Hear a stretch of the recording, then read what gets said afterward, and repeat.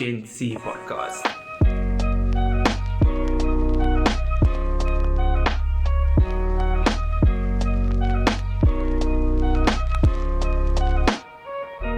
Welcome to the GenC podcast. We are your hosts, JP Jackson and myself, Desra Ellis. Hello, everyone. Hi, JP. How's it going? How are you feeling today? Good. Rizan, how are you? I'm good. I'm actually I'm peppy in my steppy. You Nah. know? Wait. I'm decent. I'm in good spirits and Nice, yeah. the birds are chirping in my life today. So, Lekker, yeah. lekker. Like I mean like you should also feel excited. Yes, no. What are we talking about Today today? we're talking about a topic that both of us enjoy, There we go. and that's sports. So, what is on the menu today? Yeah, so I think just to start us off, before we have all the fun, we talk about sort of influential. The language is gone. The influential figures in sports. Yes. Specifically, I think let's start internationally and then sort of try and bring it back home. So if you think of like which figures in sports are like, cultural, shifters, if you will, in terms of popularity, in terms of maybe in like a political influence, in terms of like, just like who's the coolest, what names comes to mind in that regard. Yeah. Past or present. So one of the first that I think about is Muhammad Ali, just in terms of mindset and being almost backing up what you say. Because he was like, he's going to do it, he's going to win, and he took the steps to win and do it. He was an actual like a rebel, if you will. Yeah. And a lot of the stuff that he said like didn't slide with the status quo. Yes. And I think he made it also okay to like stand your ground, because not all of us are like gonna be politicians. Yes. But politicians are gonna be about all of us. Ooh. Okay. Deep. So for him sort of to get into that discourse by not wanting to go to war and fight against people that look like him. Yes. And have that sort of like niewag mentality. Like he sacrificed his career for what he believes in. I think that's a good shout. That's a good shout. So before obviously he was Muhammad Ali, he was Cassius Clay. Yes. And then we also had like in the NBA we have Kareem Abdul-Jabbar. Yes. That was Lou Alcindor. And so he was cool in the sense that in college he used to dunk so much that they made a Lou Alcindor rule that you're not allowed to dunk and stuff. So that's also like, and he was also there's quite a number of the sort of black basketball players, activists that sort of changed the game. And then you get other people, like very famously Michael Jordan, that didn't want to get into the political scene. Yes, yeah. He's like, nah, He wanted to get his bag. Republicans also watch, Democrats also watch. Like, and that's also fine. Yeah. So which sort of sport figure do you think is like the most popular of all time? Do you think? Of all time. Who do you think is the most popular sport figure of all time? So you mentioned Michael Jordan. I think in my generation at least, everyone knew he was. Some for being a basketball player, others for the shoes. Shouts out Balvel Stars. So that would be one of the people that I think of. Who do you think of? Probably Tiger Woods. Because I didn't even watch golf. But to have But do you remember him for the sport or for the scandal? You're rude. No, I know he's a golfer first. Okay. Before he's a type of cat. A feline. Cheetah Woods. But he was also a game changer, right? Yes. A child prodigy. Everyone followed the journey, and he made it seem like we can also play golf. Never. Nah. Like you've been wearing a golfer. Behave, my boy. But definitely. So I don't watch golf, but I know Tiger. Yeah. So so that's like Michael Jordan's a good shout. Tiger Woods is a great shout. Because what they, especially with Tiger Woods, golf is sort of a predominantly white, rich people sport. And so him being a black person sort of brought in a whole other demographic and stuff like that. In a different space, I also felt like Michael Phelps put like Olympics back on a pedestal. I think Usain Bolt, but okay, let's hear your take. Let's hear your take. So maybe not the Olympics, but maybe swimming. Okay. Because I think swimming it is a great sport and people enjoy it. And I like watching it in the Olympics, but to see someone get that amount of medals was just like unbelievable. And the way I have theories.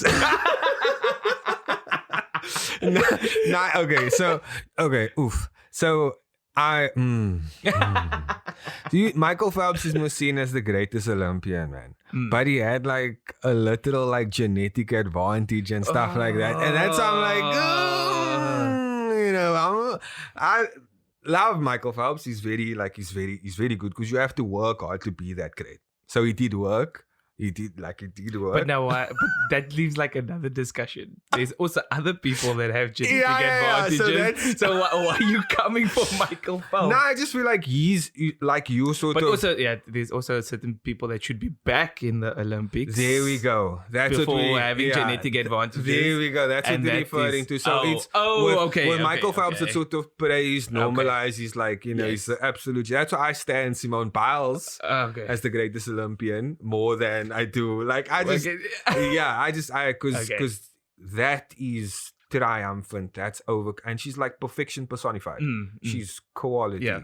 But I do think that Usain Bolt is the one that made Olympics like super cool.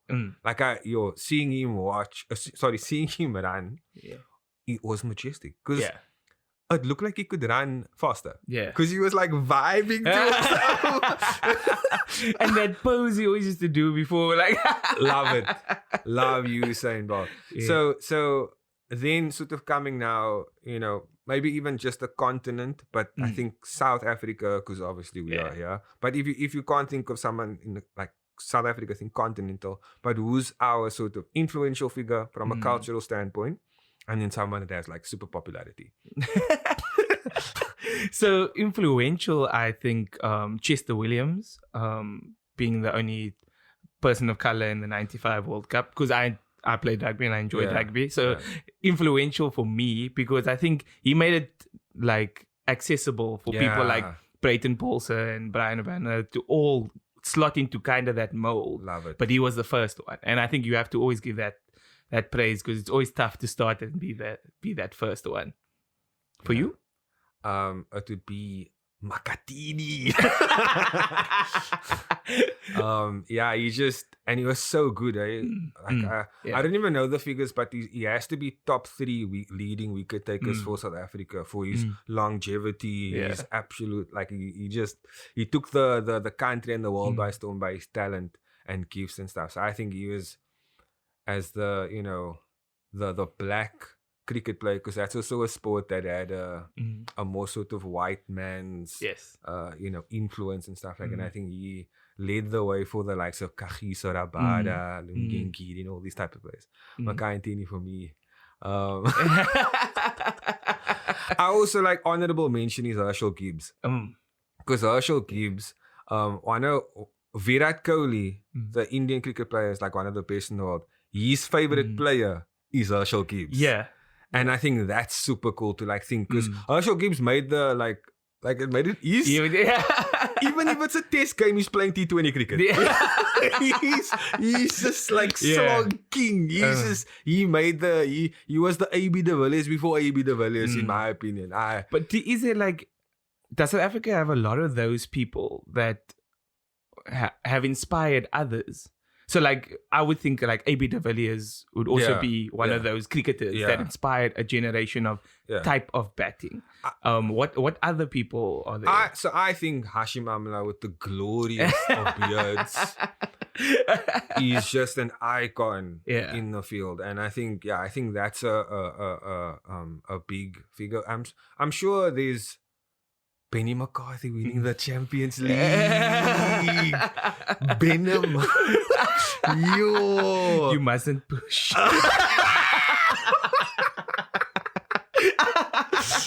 Yo, my mommy watches this. Eh? I appreciate you. Nah, but he's so I don't know if he's like, you know, like we were saying other people's favorite player, but he's definitely someone that probably made other South African players feel like, nah, we can also make it be a Champions League winner. Agreed. So can you think of anyone really?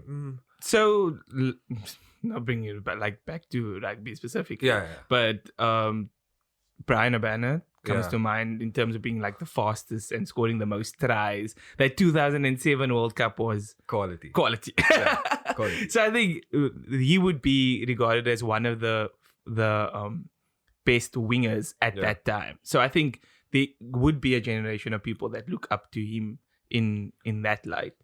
I think another person that should be mentioned is Desra Ellis, who is the obscure fam. Who that? She is the coach of Banyana. And being a colored female, she is pioneering the way that women's sport should be in South Africa.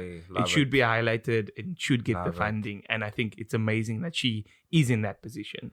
Yeah, there's some underrated sports that like we as sport people, we watch. Yeah. Like we've played action netball. Isn't the netball World Cup coming here or something? Is it here? I think it's coming. I think I saw that it's coming to South Africa. That's amazing. So I really want to go because I've played action netball, so I can actually you can relate. I can understand. I can understand, but there's also like expansion and growing popularity, like sports like basketball. I'm wearing a baseball top. I know that like baseball. But basketball is something that we both like. That's also growing in sort of popularity across the African continent. Yes. The Cape Town, is it the Tigers or something? They actually made the continental tournament. So they went to Rwanda. Congratulations. They didn't like win the thing, but it was just nice that we made it that far. We left the country, man. we left the country. So in terms of popularity, in terms of cultural influence and stuff, it's always good to look at these sports icons because they show, like, for example, they literally playing a game and they are making the most out of their life. Yes. They are sort of achieving that sort of greatness through enjoyment, something that they love. And I think that's liquor, man. But also, so now, do you think you would have survived? Because it's something that always comes to mind because it's out of enjoyment, right? Okay. Does it get to a point where it's no longer enjoyable? Like, do you then flip the switch that this is my job? Okay. I kick a ball for a living or I make a pass for a living. And now it seems to drift away that enjoyment, that passion. Do you think that would... I think the scrutiny that some of these athletes get, like they undermine. Like for example, they are expected to just be like these perfect people. So that's where the enjoyment sort of gets taken out. Because they're fallible, they're humans. Yes. Do you want to get into some scandalous athletes? We're already maintain a certain feline woods. we don't need to talk about Bruno. But I think that's the element that makes also the where some players are on a certain trajectory and that pressure. Yes. That pressure sort of like crushes them, if you will. Because you sometimes hear a lot of like exciting prospects on like a collegiate level or like a high school talent, whatever, and they don't make it big because of the pressures and also like also means they see them as a meal ticket, man. So then it's like you're not just succeeding for yourself, you're succeeding for like the whole of Ellis River. What I am sort of proud of is someone like Damien Willems, who had like sort of and I think I heard that. West Side. Yeah, I think I heard they gave his whole rugby team scholarships. Yeah. And that's so that he could go. So that's almost like easier because it's like, okay, cool, then the environment is the same. And look how far he's come. Yes. Yeah. Because I feel like it was yesterday when that man was playing for like Paul from Los Angeles. But that kind of pressure is a lot. Yeah. And I mean, how do they cope? And how if they make don't have enough the money, team, man. They make money. They can just afford to deal. But it's also not easy, right? Yeah. Because your sports career is a lot shorter than almost any other career that you go into. And unlike any other career, you almost get more money up front because you're in your youth and kind of in your prime than you would as a working professional later. You'll earn a lot more because you're more experienced. So that's also tough to. You just what? Nah, like the amount. The amount of money that some of these athletes make is ridiculous. And you get the opinion of like, they scarce like doctors that are saving people's lives. They're literally just playing. And they're making like PSG. Yeah. That wage bill is disgusting. Yo, like, I think Mbappe is making like $1 million a week. A week. Yeah.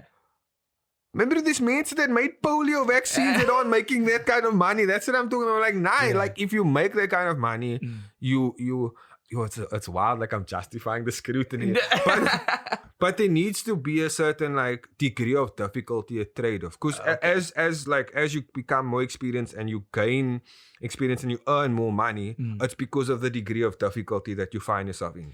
But with every level, how do you then know that you are capable of handling it? So you saying they earn enough to have a team to sort it out for them.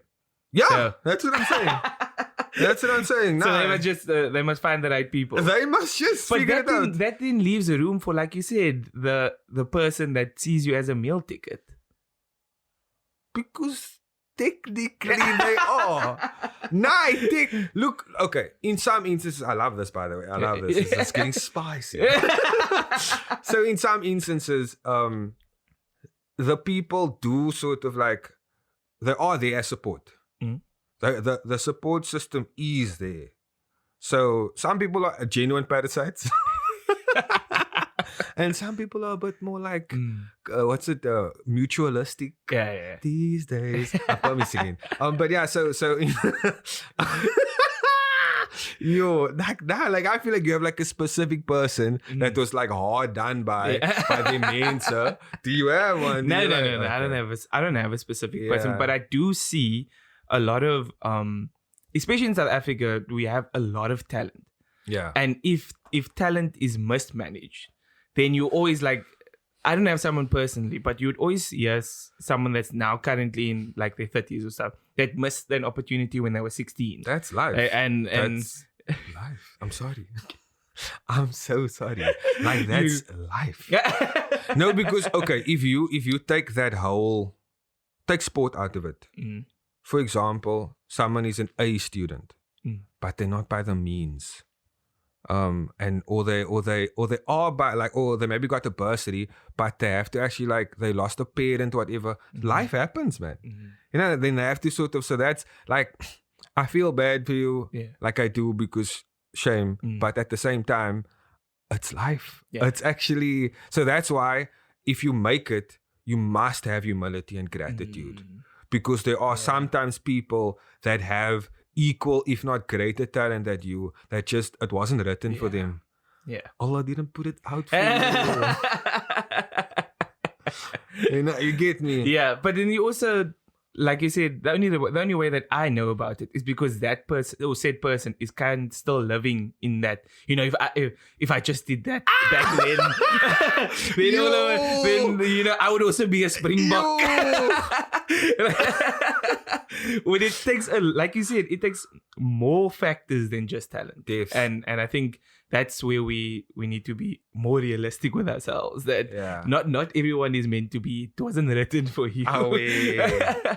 I'm just thinking about it now. But also the best kind of pivots happen then, because as soon as one door closes, another one would reveal itself. Hopefully. And it's whether or not you want to enter that door or not, or still live in the previous room. Yeah. Gear shift quickly. Shift. Now, because I was going to ask you, who do you think is a famous person that, like, why are you famous, man? Okay. That you just, like, an athlete, man, like, I don't grant this person. Like, why are they, like, like, they just rub me the wrong way. Because you get, like, for example, in tennis, Vicarious. I actually like him. Okay, good. That's just good. That's perfect. Because I was gonna say Novak Djokovic, because he's flipping good. Okay. But he's like, he makes me mad, man. It's just like something. He's standoffish, man. But he's like, he's on the GOAT trajectory. But yeah, Nick is interesting. He's so interesting. So I think for me. He's on the line of entertaining. So he makes the sport like, like, I'm gonna see what this Marlboro's gonna do now. That's where I'm at with Nick. That's like, what's your beef? But that makes sense if you're calling him an entertainer. Yes. So from an entertainment point of view, he definitely adds value. Yeah. But in terms of the sport, sometimes not all of it is like overly dramatic. Yeah. And I think that's where my line is with him, and that's why we have two different opinions love of it. him. You'll love the entertainment factor, but also don't like the fact that he'll like just lash out at an umpire mid game. Okay, because I'm thinking now, you played a match against Tsitsipas in Wimbledon. And that bra was getting frustrated with by me. his antics. Yes. But it was but that was fine for me. That was part of the game. We've all played like a game where there was an antagonizer and instigator. That's part of the game. That's why I'm like, I think wait, as someone who's played sport, I like him. Maybe that's where it's coming from. Like, you need a fail cut. So just to pivot quickly again one more time. What is your favorite sport for the people at home? Oh, undoubtedly rugby. Rugby. Yeah. And what is your least favorite sport? What sport is like, why is this a sport? Like, what's going on? Don't say badminton, man. Nah, don't say badminton. There's some people that grand badminton. Yeah. Like, just like any sport. Yeah. While you figure it out, so the sport that I'm like most connected to is soccer, but my actual favorite sport is basketball. But what's your least favorite? So I don't grand like this Australian rules football. It's because I don't understand it, man. Yeah. It's just like, what is the AFL? Like explain. And it's big in Australia. I can't explain it. Explain to the people at home. Why can the people hit kick through? A professional big squad. Why can they like neuk mekaar in the game? It's just part of the rules, Riza. Nuts. It's how the game was played. Now the game is currently being played. I know they're looking at head injuries and things like that, but it's still not. It's so ingrained in the sport. They haven't found the perfect balance between. So it sounds like you actually watched this. No, it just involves a ball. Okay, and a rugby league. Do you wanna explain what the hell is rugby rugby explain league? Rugby league, but it is a very nice sport. Okay. So it's almost like rugby, and this is again poor man's definition of rugby league. Let's go. It's if you come from a rugby union background, it's basically rugby without any rucks. So there would be no like clashing at the middle, but they still tackle. They can even tackle high in rugby league. That's changing now. Okay. And they're still kicking, and it's like set amount of phases. Okay. So basically, because there's no ruck, there would be like no turnovers. So you have X amount of phases to then score. So you break down the defense that way. Okay. So it's basically So that's a very poor man's version of rugby. No, but if I take rugby as like sport A and then rugby league, and I can just see the subtle the nuances. I'll be able to follow. Like it'll take me a bit of time. Yeah, but what's his name? Sonny Bill Williams must play rugby league because you see the chicken wing is coming through. The chicken, the KFC. But to answer your question, I don't know of a sport I would cut other than badminton. Because the badminton to me is just like a holiday going to in the volleyball vibe by the pool table. Say no more. Okay. So that would be mine. And like, how do you like give up in badminton? Like, because the flight is almost. The flight of the ball is almost the same. Is it what you call the thing? The shuttlecock. No, it's it's not a ball. Yeah, it's not a ball. It's a that's how little I know about it. So clearly that needs to just be my least favorite sport. Shuttlecock. But almost every other sport I like follow. Yeah, just out of interest. The most popular sport, soccer, is having a World Cup this year. And so in Qatar. Yeah. What's your feelings on having it there? So, I mean, whoa. Yo, my feelings is different to what I like. Nah, let's keep that for a different episode. Yo, we don't do that here. We don't talk about regimes and how people treat people. Yo, Jay, woo, you almost caught me lacking in that round. Let's focus on soccer. Yeah. So the question obviously is, how come Africa any African team hasn't won the World Cup yet? But we have. But we didn't. Did you not see France? Explain representing Africa at its finest. Oh, yeah. I think I can count the number of Caucasian players in that France team. There's like 2. And both keepers.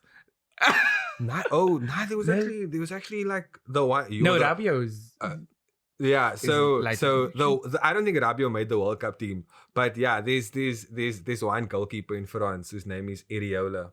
Not a great name. It's not a great name. But you know that there's a soccer team that I really want to talk about for the podcast is Brazil, and how all of the Brazilian players look like colored people from like Elsie's. Like that was the die there. They literally getsappy like what you call it, Firmino with a tanner. Looks like someone from like Levis. Like literally the whole of the Brazilian team just looks like people that come from South Africa, and I love it. Like I'm here for it. Like the way that they wear the cruise scope, William. Like I'm picturing a Bichi Bala Delph there. Because like on a serious note, a lot of Cape Townians, their favorite teams is Brazil. It's because I think because of the type of soccer that's played. It's the skill you take it for a joke type of soccer, which is very attractive and beat you 1-on-1. And also because they see themselves.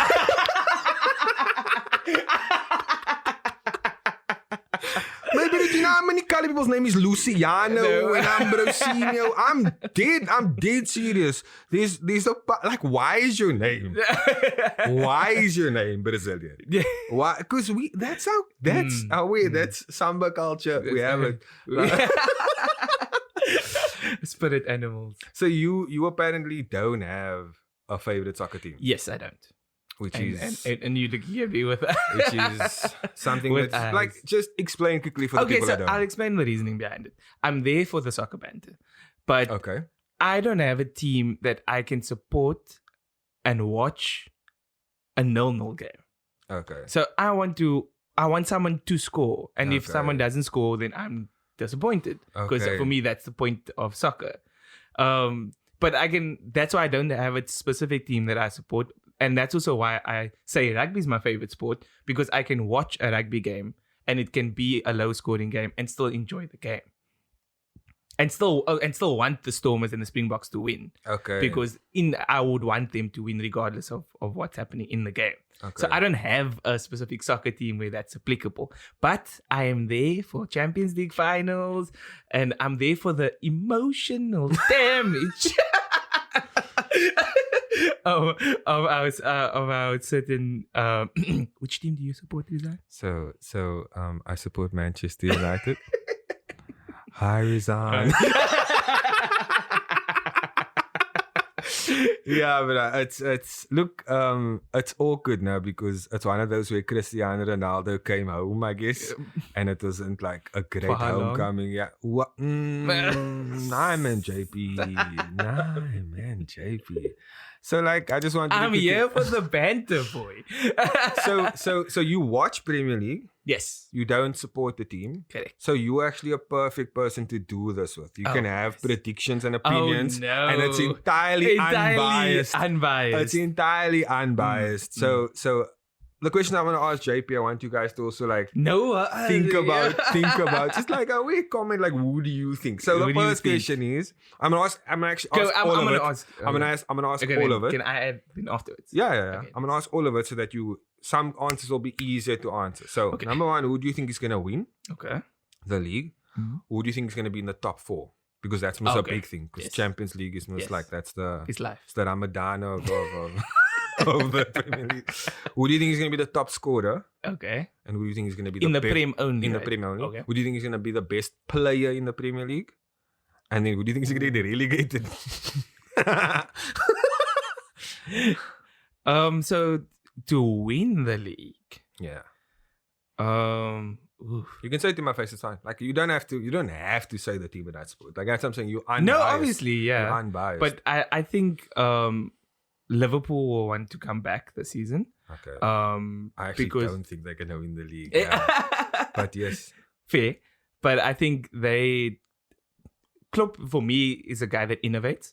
So I think he'll come with something different this season. And I think again Manchester City will have the dual responsibilities, and I think their focus, because they lost the Champions League last season, I think their focus will shift to that. Yeah. So, and that will leave an avenue for in my opinion, the other contender in the league being Liverpool. So Dicky, love it. So they at that point, I think Liverpool. Win league Liverpool. Okay. Second question was top scorer. Yeah. No particular order. No particular order. Isn't Nottingham Forest? Because they've Lingard. But no. let's be realistic. Top goal scorer in the Prem. I'm going to give you maybe names. Yeah. So Erling Haaland's in the Premier League now. I don't think he's going to be top scorer in first season. Okay. In his first season. Okay. Darwin Núñez is in the Premier League now. Mo Salah is still there. Citizen Kane. Harry Kane. Cristiano Ronaldo. Oof. Jamie Vardy is always a good shout. But yeah. So who won it last? It was a split with Son and Salah. I think Salah won it outright. No, he didn't. Oh, oof. Pay attention. Pay attention. But I don't think Salah will be top again. Okay. I think the contract pressure probably will take its toll. So a Tottenham player is a good shout because of the signings they've made. The second seasonism that the coach has. So that's not a bad shout. But I don't think Kane. What face is this with Kane, boy? What? Yo! What face is that? Okay. Yeah. Okay. But that's fine. We move. Top goal scorer. Let me give it to Son. Okay. Let me say Son back to back. Best player? Best player. Ooh. I'm a big KDB fan. I think De Bruyne will again have an immaculate season. I hate it. And I think I don't like it at all. I think he, for me, would be the best player in the Prem. Because I think he'll also stand up in the biggest games. Okay. So what team gets relegated? Yeah. Who got promoted? Bolton or Middlesbrough?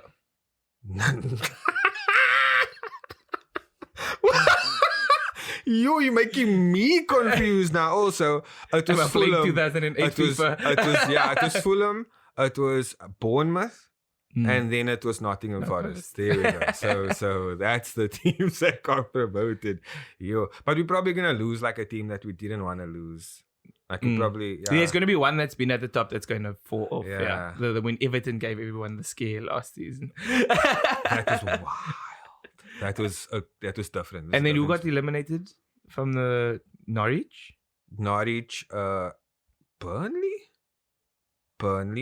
and then Watford. Okay. Yeah. So it's always tough for someone coming into the Prem. So my thinking is usually one of those three. Yeah. Two of those three is a good shout. But I mean, our man Jesse's. I think Nottingham's going to go down. Okay. Just because I don't think the squad has the depth. Okay. To survive the Prem. Nice. And say to the chess, man. No, you said one. You didn't say three. Oh. You got. You didn't say which. Okay. You can say if you're one. The Prem team that you think is going to go down. So do you don't want to answer the question? No, I'm here, but I'm boisterous. they this is on tape. They can fail me. So I think a team that's in danger. This tape didn't age well. Yeah, there you go. A team that's in danger, that did very well or did like quite okay, is Palace. Because if they did you say this to your daddy? My daddy can wait. If they re-sign some of those youngsters that they had, like that Conor Gallagher person, whatever the case may be, they re-sign him, then all bets off. Okay. If they do recruitment like that, but I just feel like some of those players, nah. But Nottingham Forest is a great shout. I'm just saying, like on like spoiler alert, Palace must watch out. Palace, because other teams like they actually have like the budget to expand and grow and stuff like that. I'm not too sure on Crystal Palace. Yeah, so that's my. I won't predict. I feel like you are nice, unbiased, unbiased. So everything that I like other predictions, I'll save it for the group chat. I'll save it for. But yeah, you guys can think about it. Who do you think is gonna win? Who do you think is gonna be the top goal scorer? The top 4, because that's the one that you didn't say. Best player, like the golden ball and stuff like that. And who do you think is going to be relegated? Nice. Yeah, so like, and I mean, we don't know what's going to happen. It's going to be entirely hypothetical. Which is a great segue to the next part of the podcast. So for those that don't know, this is a segment we like to call Say My Now. So in the segment, we do a whole case of hypotheticals. Stick the landing. It's neither yeah or no there. It's done by our producers and some of us by us. It's the lies. With the straight face. And then we'll comment on if that was a real life scenario. Okay, cool. Must I start? Rizan, would you like to start the segment now? Yeah, thanks, JP. Okay, let's see. This is perfect because of the theme. Say me now, you could add a sport to the Olympics. And I think also some might take one away. I feel like I already know what yours is going to be take away. But say me now, badminton. The badminton slander. They're going to make a group called the Shuttlecocks just to like fight back at you.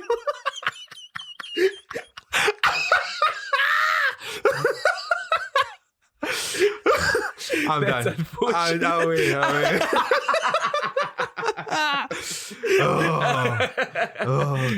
Okay. But yeah, which Olympic sport would you add?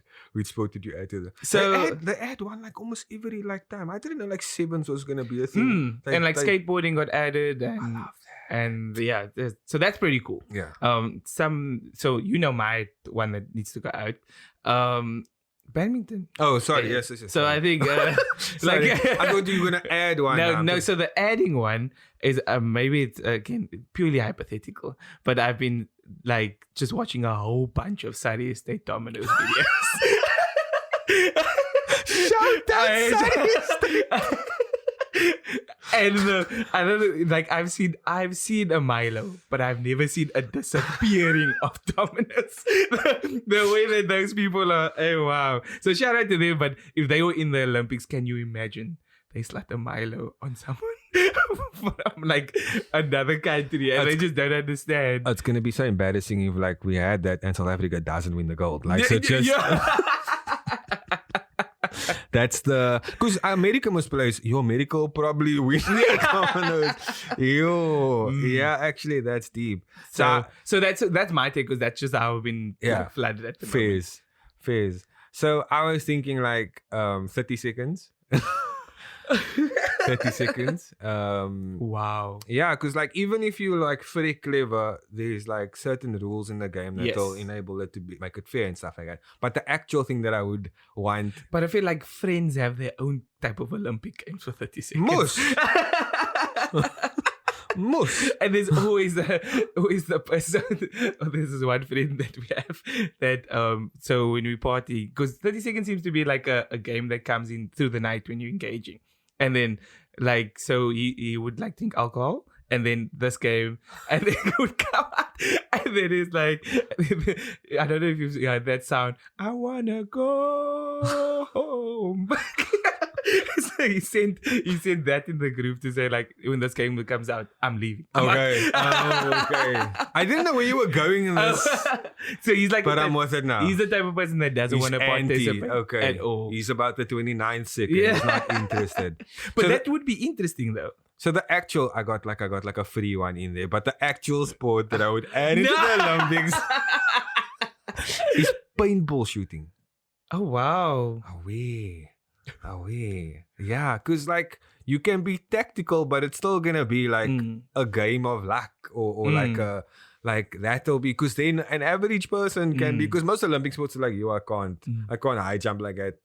Let me just take this a little bit further, okay, if you may. Yeah, I do think in the future probably esports will eventually become an Olympic sport, maybe. Okay. So in this hypothetical, as an esport, is an Olympic sport, which esport do you think would be the one that gets chosen? Which game? So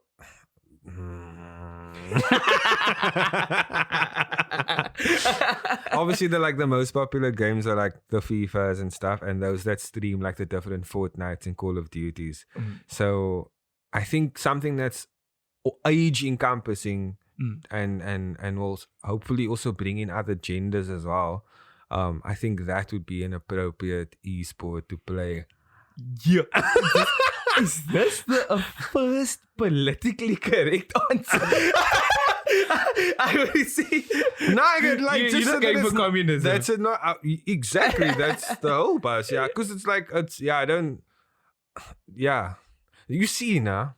So like for me, like something like Apex Legends, like something that is like building and like shooting game stuff. Why do you feel like that's more leaning towards males?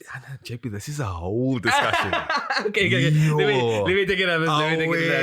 Maybe I opened another can of worms. Stay tuned. We might talk about that. I was thinking of the Russians and how they were like doping and stuff. So they're gonna find a way. They're gonna find a way to hack esports. I was like, let's. I was on a different. I was thinking about the Russians and. Let's. Yeah, nah, say less. Say less. Nah, I say less. Cool. Say man now. Please. Ooh. The World Cup was every 2 years. The Soccer World Cup. Okay. I wouldn't like that. I wouldn't like that. Because already international breaks infringe on the Premier League season, infringe on the football season. So that's like my only like... But don't you want to see them compete regularly? So, technically, they do. We're just not a part of it. So, like, no, but there's multiple...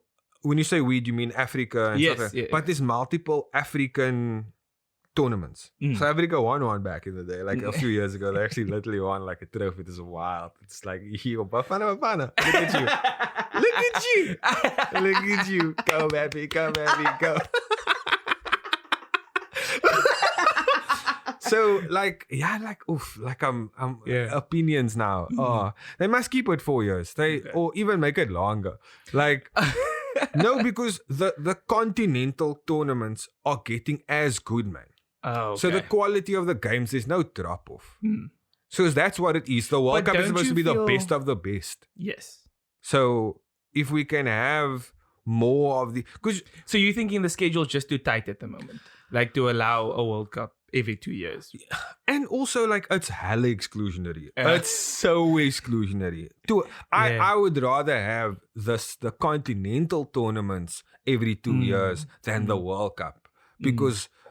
Pardon me, the World Cup must only takes like 5 African teams. Yes, And like, yes. You know, like, and we like our continent's the biggest. Yes. Make it make sense. And hoekom was like in the Premier League, the one of the most like popular leagues for a few seasons in a row, the top players were Aubameyang, Mane, Salah, like all of the top players, and they are African kings, and we're here for them. So more continental tournaments, not more World. That's my opinion. Nice. Where you? No, I think 4 years is enough. Oh yeah.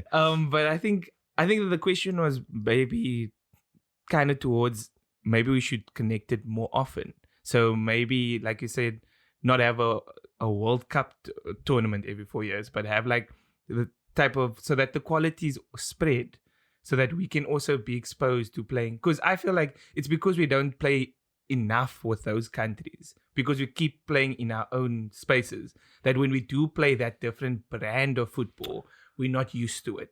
And I think that is also one of the factors that stop us.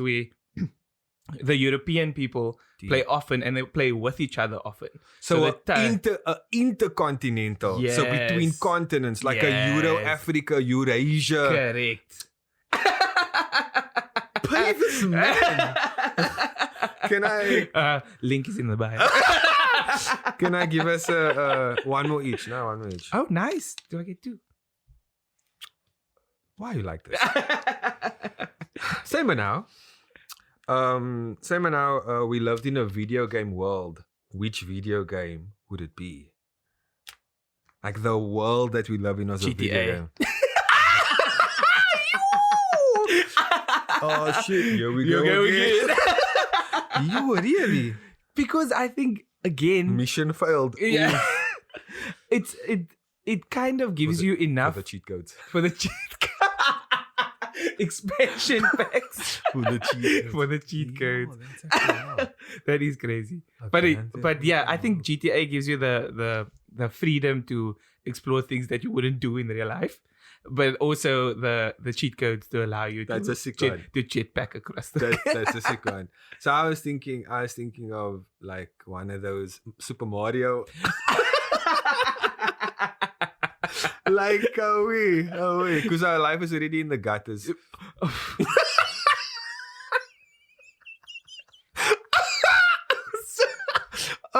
But then we can dice on a Thursday Mario Kart. It makes sense. Allow me. Just read the next question. I'm off the rails. Clearly. Okay, let me take this last one. Oh, Sonic. Sorry. I'm done. Okay. Say, man, now, you could own your own social media. Like platform or just like... Oh, like you were Zuckerberg. Oh. Like if... so many... A young Dorsey. So, if I could own one... Yeah. I would get rid of it.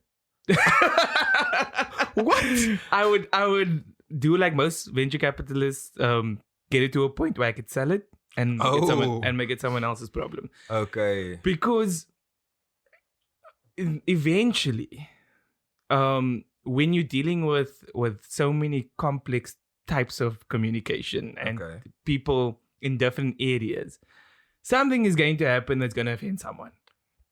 And how you make it through it is obviously you as an enterprise need to make sure that you keep all parties happy. But I think it takes a lot of work, and my small brain can't cope with that amount of pressure.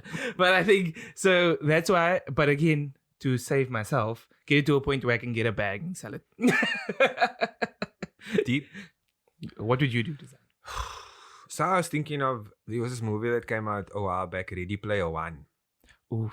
Where oof. Yeah. And so it's like because it was a nice movie.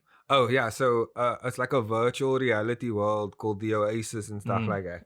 So something like that where it's, and I think Meta's probably doing this low key. They're probably definitely doing this. So it's because we live our lives on social media. So why don't we just go all the way? Why don't you just literally go all the way, just like Matrix level? You in it. And you just live a day in the social media. But what will be quiet is you can choose like your whole character avatar and stuff like that. And that could be, you can just like live another life, I guess. But it will breed, and I don't think we should be oblivious to the fact that creating a metaverse will bring about different things that we haven't experienced before. Yeah, we don't deserve good things. we don't deserve good things. And it will also bring about new problems that we didn't consider. Yeah.